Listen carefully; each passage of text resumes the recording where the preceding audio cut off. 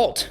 You cannot pass. This is the mid-year checkup on Are Video Games Good? How's the year been so far? I think it's been pretty good, but I wanted to go through the games that I played this year and just rank them on this here scale, right? On the far left here, these are the games that are like, not great. Like up here in this top left, there probably won't be much in there because this is not my niche. But anything on this left side is stuff that I'm like, it's not for me. It's not, I don't know, not great. But the right side, pretty good.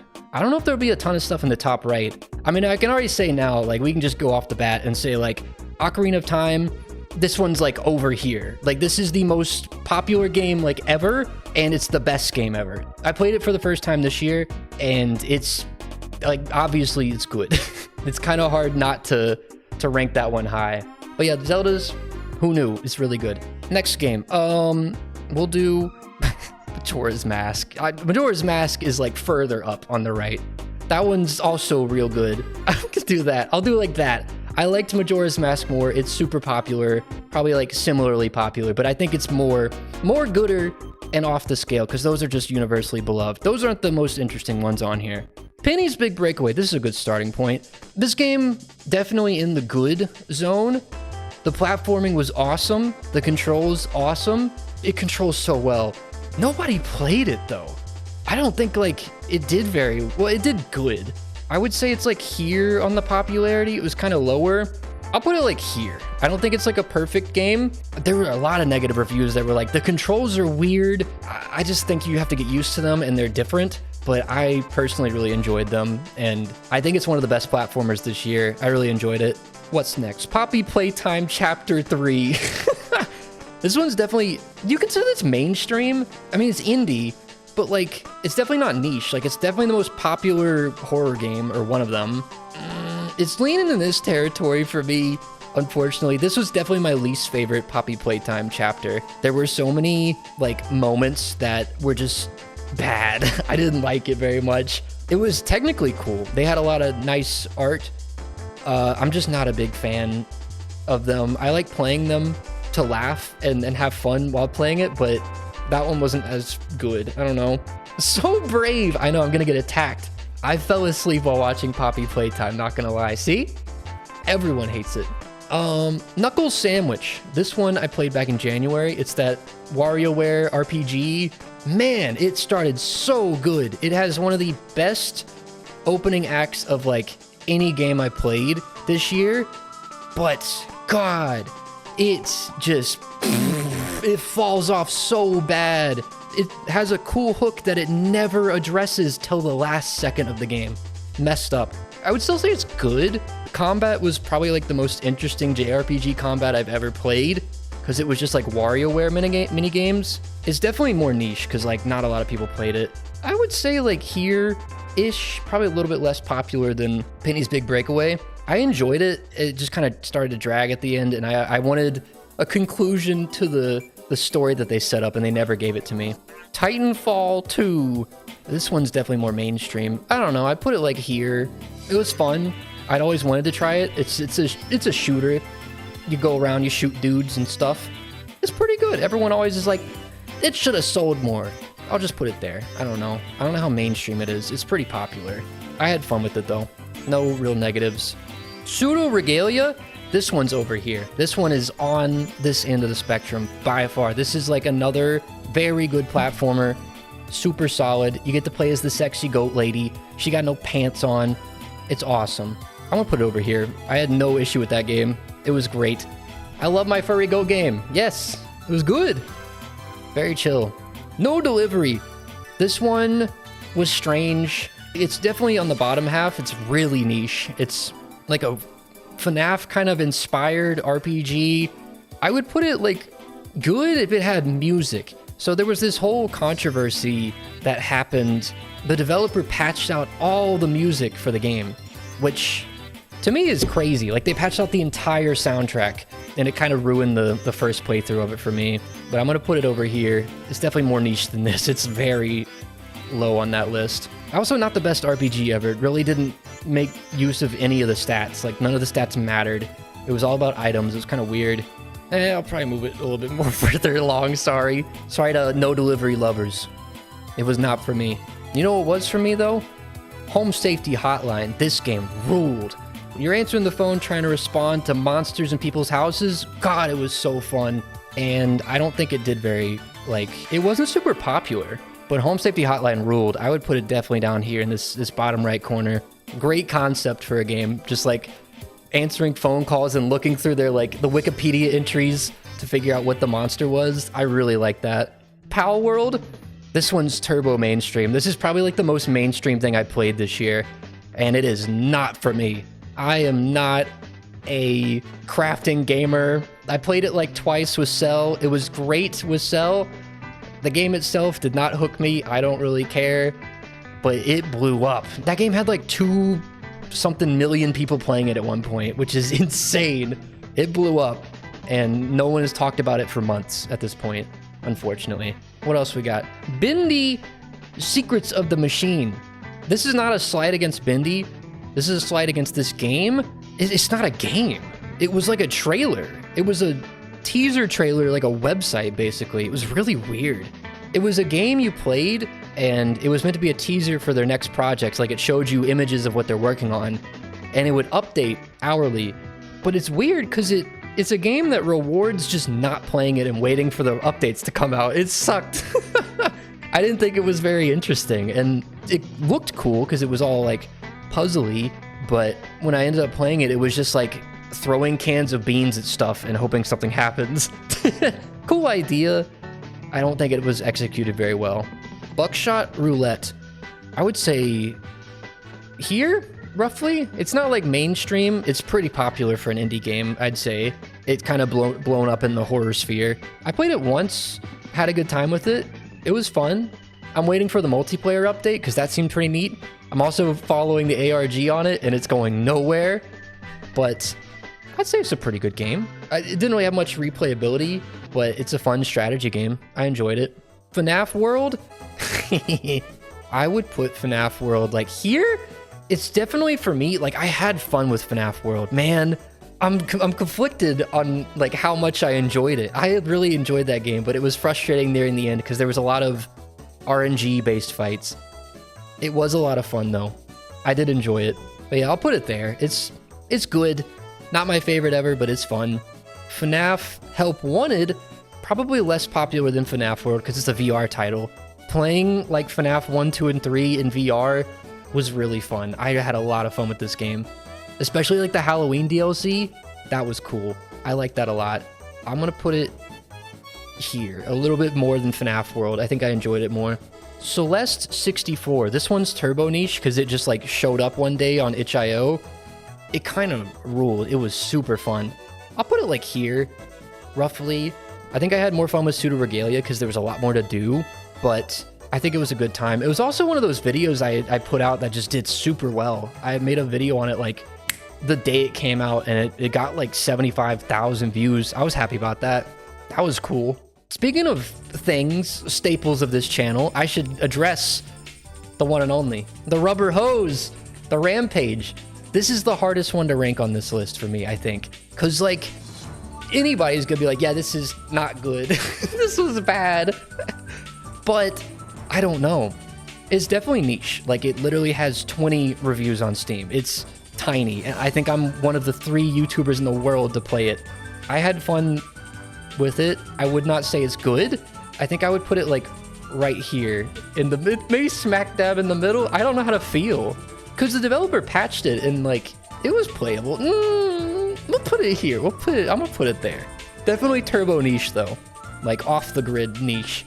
It was fun for everything it didn't mean to be, right? It's my most popular video ever. It has 400,000 views now. It's wild. So I can't get mad at that game. I can only be happy because of it, but I can't really say it's a great game. I don't know, it's hard. Speaking of other good games, we got good old Ban Ban. Ban Ban 7, baby. I don't have any other Ban Bans to compare this to, but this is the best Ban Ban game they've ever made. Ban Ban 7 was the peak of the Ban Ban series, which probably nests it here on the scale. They're getting good. They're getting better. The brothers Euphoric are working their way up, but it's still not great. it's still just a game I played to laugh at. Actually, no, I would say it was better than Poppy Playtime Chapter 3. So yeah, that adds up right there. And it's a lot more niche because not a lot of people play those. I enjoyed Banban 7. I wait for Banban 8. They'll blow my mind again. Animal Well, definitely over here in the niche good category. This game was great. Loved Animal Well. I don't think it reaches the highs of like other games in its genre. Like Tunic is like the peak of this for me, of that kind of game that's like, here's a world, go explore it. There is so much to find out about it. Enjoy it. And Animal Well is that kind of game, and I don't think it reached that like height as Tunic. It was still really good. I put it like there. I don't know. I don't think it's like a perfect game. There's a lot of weird stuff to it, and I didn't enjoy it as much as other types of those games. But it may have been my own fault, because that's one of those games where you're like, do I look this up, or do I sit here for an hour and try to solve this puzzle? I don't know. And I was kind of in a mood at the time where I was leaning more towards just like, I'm just gonna look it up. What else we got? Yakuza Kiwami. This was a return to the Yakuza series. This one's more mainstream for sure. I put it like there. It was good. It wasn't as good as Yakuza 0 because it was kind of just rehashing a little bit and remaking a game from 2004. It was fun. I enjoyed it. I look forward to Kiwami 2 more. But yeah, I don't think it reached the heights of Yakuza 0, but it was still really good. Bit more mainstream. Probably like the most mainstream thing I played besides Zelda. What's next? Ultimate Custom Night. Let's get the FNAFs out of the way. This one, I don't know. It's got to go far. It's going over here for me. This one's probably the most popular. It's probably more popular than FNAF World. This one was not for me. My brain does not work well with this game. I do not like being thrown into a room with 50 toys on the floor, and I have to decide how to play with all of them. I get to choose which ones I play with, which ones are on, which ones are off. That stresses me out. I'd rather have like a curated challenge. And I know there was that in that game, but I don't like Ultimate Custom Night. I didn't have fun. It is an ADHD simulator, and I hated it. I was just stressed because I didn't know how anything worked. And I even tried to like dip my toes in certain aspects of it, and it still didn't go well. It was fun trying it out, but other than that, it wasn't for me. Speaking of other games that are gonna make people mad that I didn't like, Undertale 2. This is another one that, this is probably more niche, much more niche. This game taught me that in RPGs, there are RPGs where the dialogue is meant to be read out loud. And then there's RPGs like Undertale 2 that I think about every time I think about the quote. I think it was from Vinny. He was talking about how fan game creators need to learn the art of brevity and how condensing a joke into 2 lines instead of 40 is a lot better. And I didn't like the humor in Undertale 2 at all. I did enjoy the combat. It was kind of fun, but you had to get through like all their funny dialogue that was self-aware and wacky. The joke was that it was wacky and it was aware that it was a joke. That kind of gets grating and annoying. Also, yeah, I think I'm going to swap No Delivery in that. I'll do like that. I think I enjoyed No Delivery more than Undertale 2. Move it more to the left. It's a fan game, though. It's not like... It's hard to... I don't know. I'll put it there. It wasn't for me. Content warning. This was YouTuber bait. Played it with Lachlan and some other folks. It's not its... Well, no, it is its fault. It's not the people I played its fault. It's the fact the mic in that game was so sensitive that if you got anywhere close to anyone else, it was just like so loud. Funny idea, though. I really like the idea of holding a camera and like filming my friends dying. I love that part of that game, but I don't know. I'm kind of tired of the lethal-like genre already, which is unfortunate because it's so young. We'll see, though. We'll see what other people come up with, because this will be the year. I'm guaranteeing in the latter half of this year, there will be 4 Lethal Company-like games that come out and be popular for a weekend, and they're gone after that. We're in that era where everyone's rushing to make a Lethal-like at the moment. But Content Warning was fun with people that you know, obviously, and I don't think it's great other than that, though. What was great, Duranko Wonko. This game ruled. This was the most fun, like, 2-hour little game I ever played this year. No, that's not true. We'll get to another game. But this is up here. This is a adorable game where you're a little Pomeranian who just gets muddy and goes around their giant house and spreads mud everywhere. It is so cute. It is free on Steam. Recommend it to anybody. It is really cute and really fun. But yeah, highly recommend Duranko Wonko. Dishwashing Simulator. This one's tough. This one's obviously super niche. It's a game about washing dishes in like a padded cell. It's similar to Voices of the Void. I had a lot of fun with it. The whole loop is like, you go into this procedurally generated dungeon, collect dirty dishes with like, in a maze. Like you have this cardboard box that you fill with dishes and stuff, and you're exploring it and also trying to survive against like monsters in those mazes. It's really good. And then you just go up and clean at the end. I had a lot of fun with it. I think it was a really fun time. Highly recommend it too. Terraria, a little indie game. I feel like some people have heard of this. It was my first time playing it this year. It was wonderful. That was a great time. I would put it up here. No, Terraria is definitely like more mainstream than Titanfall, maybe? Let's see. Titanfall 2 Steam charts. This is probably not a good metric, but it peaked at 27,000 players. Terraria, though. What did Terraria peak at? Oh, you know. Terraria peaked at 500,000. Okay, I would definitely say that's more mainstream. I'll put it up there. I think it's pretty mainstream and very good. Obviously, it's Terraria. It's real good. It was really fun. I want to try the Calamity mod at some point. I think that'd be a fun time. Tiny Terry's Turbo Trip. Honestly, this is like my game of the year so far. One of like the comfiest little 3 to 4 hour games I've ever played. It is genuinely funny. Probably my favorite game I played this year. There's not a lot of games where the dialogue will make me like laugh out loud, and I think this game, every other conversation was like really funny. And the whole game is just cute too. You're just a little dude trying to launch his car into space. And that's all the game's about. It's so stupid and funny. I really had fun with it, and didn't seem like a lot of people played it. So that's like my recommendation from this, to be honest. Sneak King, I'm kind of lumping together all the like fast food games we played that one time. I wouldn't say Sneak King was good out of the bunch. I don't think like any of those games were really good. I'd put them like here, roughly. It wasn't good. I don't know. It's not a good game, but it's pretty known. It's pretty well known, I'd say. Shipwreck 64. This game was good. That's all I can say. I put it like here. It was one of the more interesting games this year, I'd say. I really enjoyed Shipwreck. That was a really fun time because we were playing it right when it came out, and that was wonderful because I couldn't be spoiled on anything, and everyone else was trying to solve puzzles as well. It was one of those games I went to bed the day after and like woke up and started streaming again because I just wanted to solve stuff in it. I had fun with it. I thought it was great. What next?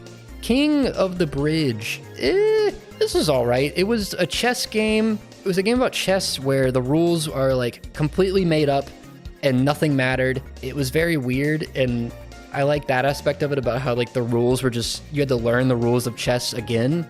But other than that, it wasn't too great. It was kind of middle of the road, super niche, I'd say. I'll put it like there. That'll work. Rayman 3. Rayman 3 definitely up here in the more mainstream games. But Rayman 3 was real good. I had a lot of fun with Rayman. I loved all those Rayman games. Do you think Rayman's more niche or mainstream? Do you think it's more mainstream than Buckshot Roulette? Rayman's more well-known, right? I don't know. I'll put them in the middle. There we go. We'll put Rayman 3 in the middle there. I like that. Difficult game about climbing. This was another real good one. This one came out of nowhere. Another foddy like that I think did really well. It was pretty popular in like, as indie games go, I'd put it like there. I'd put it like there. I really enjoyed it. It was a really fun time and pretty popular. It wasn't like super popular, but a lot of tubers were playing it. And it was another like getting over it like game. And I am a masochist who really likes those. Bennett Foddy and his getting over it game messed me up a while back, and I really liked it. 3 games left. We got You Can Save Everyone. This was like a little game I played over on Twitch. If Rubber Hose Rampage is the nichest thing on here, this is like off screen. This has 10 reviews on Steam. I may be the only playthrough of it on the internet, but it was very fun. I'd put it like over here. It had like a weird fight stick control to it where you had to input letters and numbers using fight stick type controls. It was kind of hard to describe, but it was a fun time, a game about mental health as well. I had a good message, I remember. But if you're looking for a small little game that no one's ever heard of, that's pretty good on Steam. You Can Save Everyone. I'd give it a shot. Pretty good. Harold Halibut. This is another one I played on Twitch. I don't know if this one was for me. Very niche game. Very pretty game too. I think it was like claymation animation for a 20+ hour game. It was really pretty, and it was a very vibey game, but it was so slow. I'd say it's like here. I didn't see a lot of people talking about it. You played as Fry from Futurama. Kinda, he was a weird guy. I really liked Harold, but he was also just like so strange. I remember there's a clip we had from that game where I was like standing in a shower behind a man just staring at him. It was so funny. That game had a lot of funny moments in it. I kind of want to go back to it. One final game for the evening. Another Crab's Treasure. This one, I'd say it's like one of the more popular games. I think this was all over the place. It's definitely not my favorite Souls-like. And it had a problem of, it was like way too easy. I think I said multiple times during it that I was like, this is a good Souls-like to intro, or to like, good baby's first Souls-like. Because it's kind of easy, and at the end game, you overpower most bosses, which is a problem. The worst thing that can happen in a Souls-like is you beat a boss on the first try, and this happened, I think, with nearly every boss in the end game of Another Crab's Treasure, and that was frustrating. But the aesthetic, the whole underwater aesthetic of that game, the music, everything about the art style and the art direction in that game, it was like, oh, so good. I love the world in that game. It was great. Like just picking up random pieces of treasure and turning into a shell and using that, all the unique abilities that each of those shells gave you. That was all really cool. And I think it was really neat for like an indie Souls-like. It's never going to be as good as like something like Elden Ring because it doesn't have the budget, but I think they knocked it out of the park with the art and everything. There were some mechanics that were a little bit lacking. But yeah, this is 2024. I would say game of the year so far, probably Tiny Terry up there. Top 5. Can I put Majora's Mask? Is that legal? It didn't come out this year, but it's good. Shipwrecked was really good. Home Safety Hotline, really good. All these bottom right ones, just good times. Highly recommend them all. But yeah, that is 2024 in a nutshell. Do you agree with me? Do you not? Leave a comment below in the comment box. I hope I made people angry. I don't think I have very many like polarizing opinions. I think I'm very lukewarm with my opinions, but that is my list. There it is. Ta-da! I don't know how to transition out of this.